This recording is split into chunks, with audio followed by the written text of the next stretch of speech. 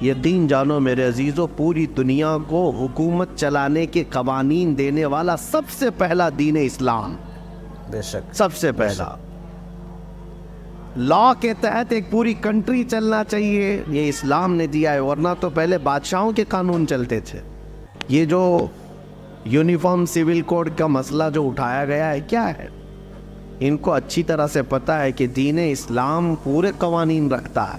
بے شک میں ان سے پوچھتا ہوں کہ 100 سال پہلے چلے جائے، تمہارے پاس لا کی کتاب کہاں ہے؟ قوانین کہاں ہیں؟ ایک ملک چلانے کے لیے جو قوانین ہوتے ہیں، لا ہوتے ہیں، اس کی تاریخ ڈھونڈ کر کے لاؤ، کون سا ملک لا کے تحت چلتا تھا۔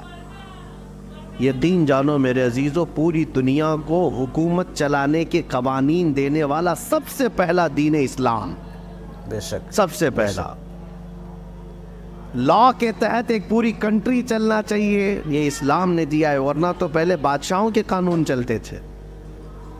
آپ رومن امپائر کو دیکھیں، پرشین امپائر کو دیکھیں، اسلام سے پہلے ان کے ہاں کوئی قانون کی کتاب نہیں ہے۔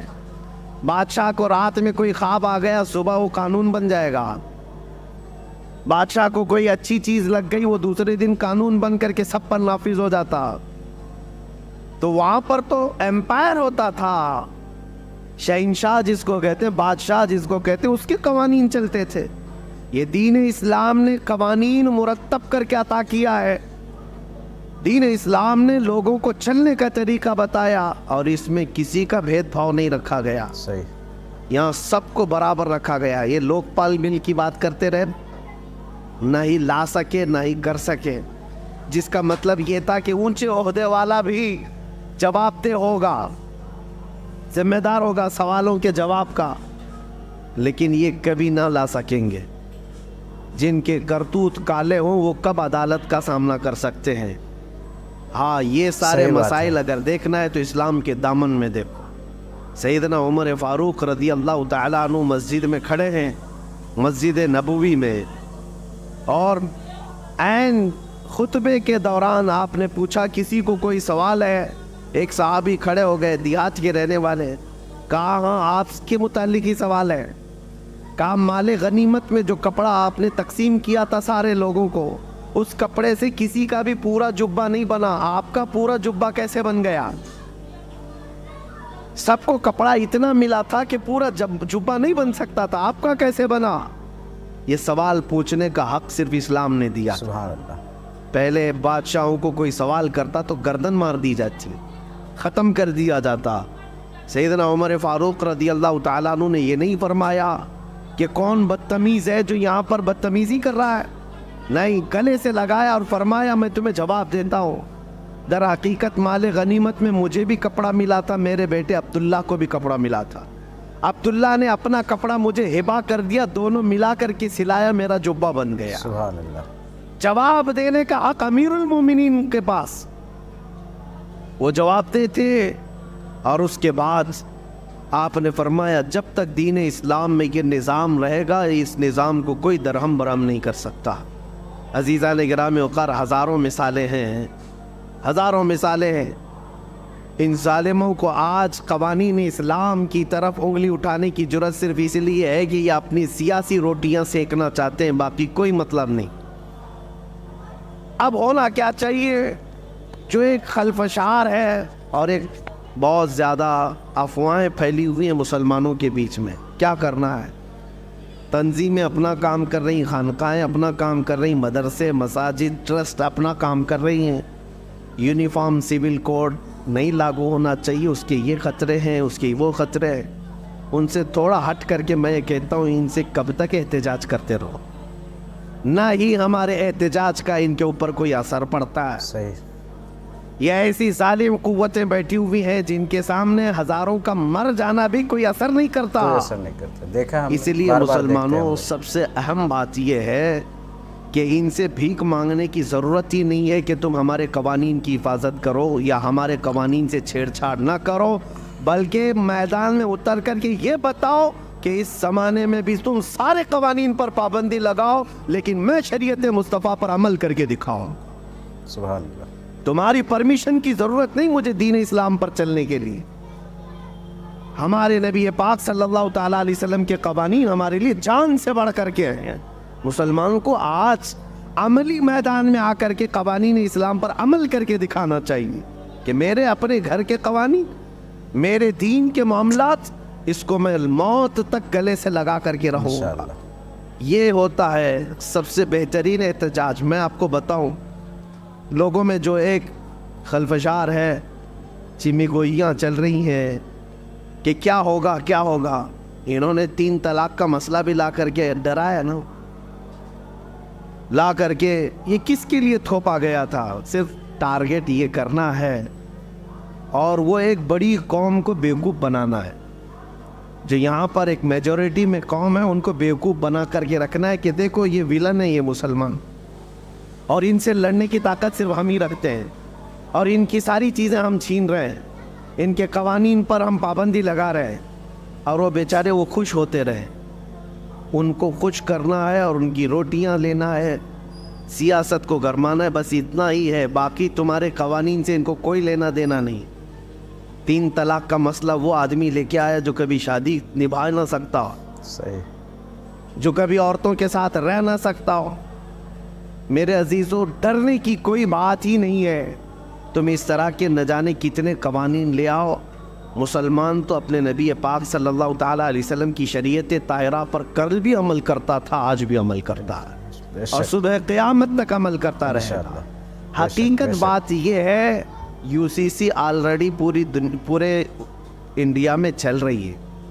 سب کے قانون ایک ہی ہیں، تھوڑی سی چند چیزوں میں الگ الگ رکھا گیا ہے. یعنی شادی کے معاملات کو لے کر کے یا وراثت کے معاملات کو لے کر تھوڑے سے قوانین الگ ہو جاتے ہیں. باقی بتائیں، چوری کرنے پر سب کا قانون ایک ہے یا نہیں؟ مرڈر کرے تو سب کا قانون ایک ہی ہے. کرائم میں سب کے قانون ایک ہی ہیں، سول کوڈ ہی ہے. سب ایک ہی قانون پر عمل ہو رہا ہے پورے ہندوستان میں. ایسا نہیں ہے کہ ہندو قتل کرے گا یا مسلمان قتل کرے گا تو اس کے لیے لاء کی کتاب میں الگ الگ جرمانے، الگ الگ سزائیں نہیں ہیں. ایک ہی سزا ہے، سب کی ایک ہی سزا ہے. ہاں، بس میرج ایکٹ الگ اور وراثت کے معاملات الگ بنائے گئے ہیں. اس کو تم ختم کرنا چاہتے ہو.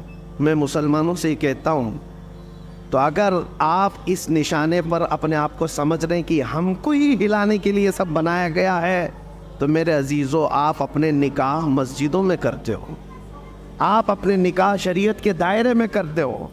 آپ کو کبھی فرق نہیں پڑے گا.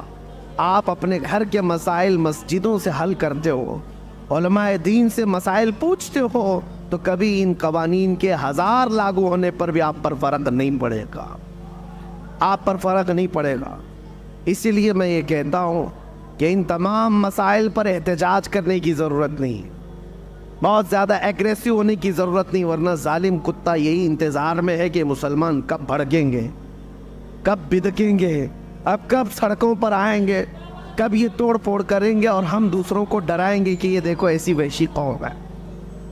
یہ اسی طرح کی کئی حرکتوں سے ہمیں لے جایا جا رہا ہے. لیکن اس کا بہترین علاج یہی ہے کہ جب تم میرے مصطفیٰ کریم صلی اللہ علیہ وسلم کے کسی قانون کی طرف انگلی اٹھاؤ گے، سارے مسلمان ان قوانین پر سختی سے عمل کر کے دکھائیں بے گے شک، کہ انشاءاللہ. عمل کرنا تو ہماری زندگی میں ہے. انشاءاللہ. ہماری زندگی میں ہم لاء کے خلاف نہیں بول رہے. جو ہندوستان کے قوانین ہیں ان سب پر ہم عمل کر رہے ہیں، لیکن میری نماز کے متعلق، میرے قرآن کے متعلق، میرے دین کے متعلق جو ہوگا وہ اسلام میں جو ہے اسی پر عمل کیا بے جائے گا. شک. بے شک. کوئی ایسا آدمی مجھے نماز سکھانے نہیں آ سکتا جس کو پیشاب کرنے کا سلیقہ نہ ہو. بہرحال تمہارا دین کمپلیٹ ہے، کامل ہے، اکمل ہے، اور اس سے بہترین دین ہے ہی نہیں. اس بات کا یقین لے کر کے چلو. میں ان سے کہتا ہوں، ذرا جھانک کر کے دیکھتے تاریخ کے اوراق میں اسلام نے جو عدل و مساوات پوری دنیا میں قائم کی ہے، وہ غیروں کی کتابوں سے اگر میں آپ کو بتاؤں، اپنوں کی نہیں، غیروں کی لکھی ہوئی کتابیں، ان کو آج تک جو بھیک مانگتے ہوئے کسان ان کے پاس قانون کے لیے آئے، انصاف دینے کی نوبت نہ آ سکی. جو کھلاڑی وہاں پر ان سے انصاف مانگتے رہے، انصاف دے نہ سکے. جن کو آج